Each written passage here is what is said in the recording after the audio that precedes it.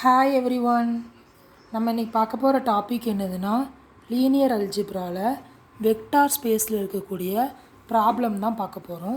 First vector ஸ்பேஸ்னால் என்னென்னு சொல்லி நான் ஆல்ரெடி வீடியோ அப்லோட் பண்ணியிருக்கேன். அதை பார்க்காதவங்க பார்த்துட்டு இந்த வீடியோவை பாருங்கள், அப்போ தான் தெளிவாக புரியும். அதேமாதிரி வெக்டார் ஸ்பேஸுக்குன்னு சொல்லி ஒரு 8 ப்ராப்பர்ட்டி இருக்குது. அது என்னென்ன ப்ராப்பர்ட்டின்னு சொல்லி அந்த வீடியோவில் பார்த்துட்டு இந்த வீடியோ வந்து பாருங்கள். ஃபஸ்ட்டு இதுக்குள்ளே ப்ராப்ளம் பார்க்கலாம்.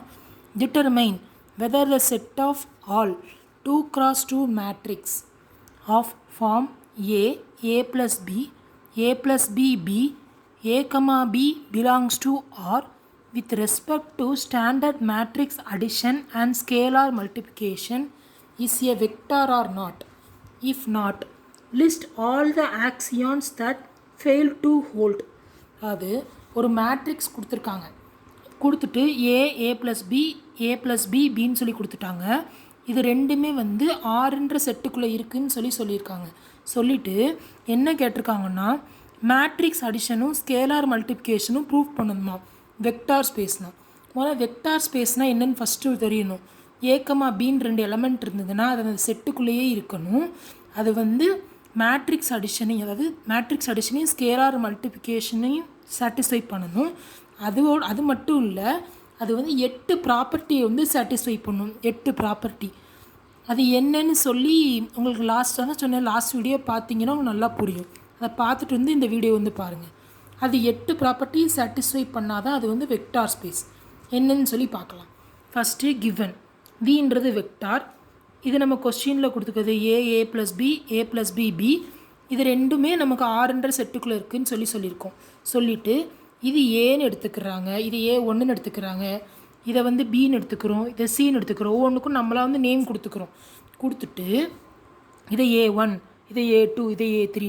அப்போ இது வந்து என்ன வந்து B1, B2, B3 இந்த மாதிரி நம்ம நேம் கொடுத்துக்கிறோம். நம்மளாக கொடுத்துட்டு ஏக்கு A1, B1, B2 எல்லாமே வந்து ஆறுன்ற செட்டுக்குள்ளே தான் இருக்குதுன்னு சொல்லிட்டோம். ஏபிசி ஆறுன்ற செட்டுக்குள்ளே இருக்குன்றப்போ அப்போ அதோட அந்த குட்டி நம்பர்ஸ் எல்லாமே அந்த செட்டுக்குள்ளே தானே இருக்கும்.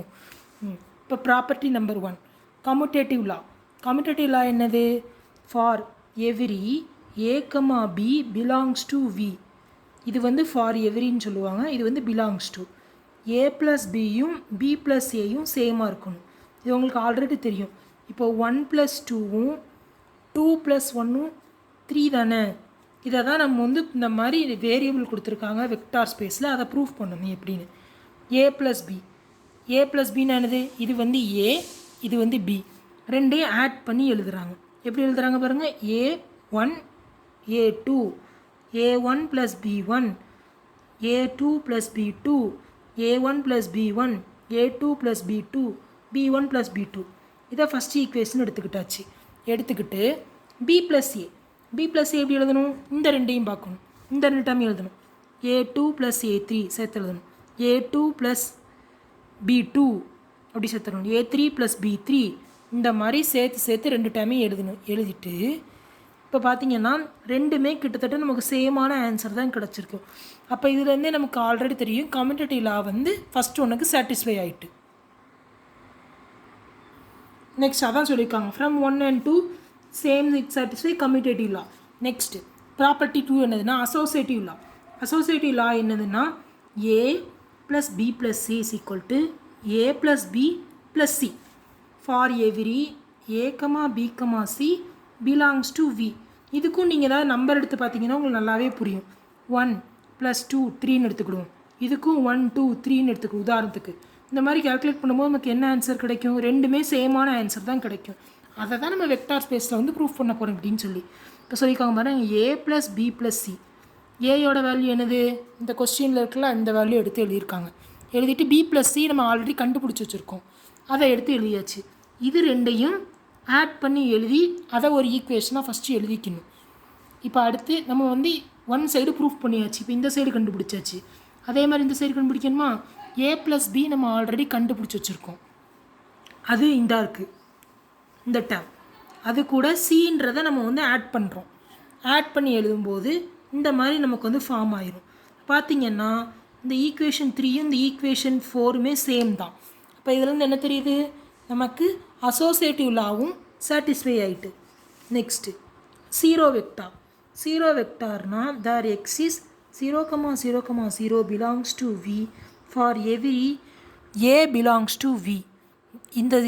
இது ஜீரோ வெக்டார் வந்து ஏக்குள்ளே இருக்குன்னா அப்போ ஏ வெக்டார் வீக்குள்ளே தான் இருக்குதுன்னு சொல்கிறோம். அப்போ ஏ ப்ளஸ் ஜீரோவும் 0 ப்ளஸ் ஏவும் ஏ தான் வரும். இது ட்ரூ. அதனால் ஐடென்டி லாவும் நமக்கு வந்து எக்ஸிஸ் அப்படின்னு சொல்லிட்டோம். 0 ப்ளஸ் 0 பிலாங்ஸ் டு வி.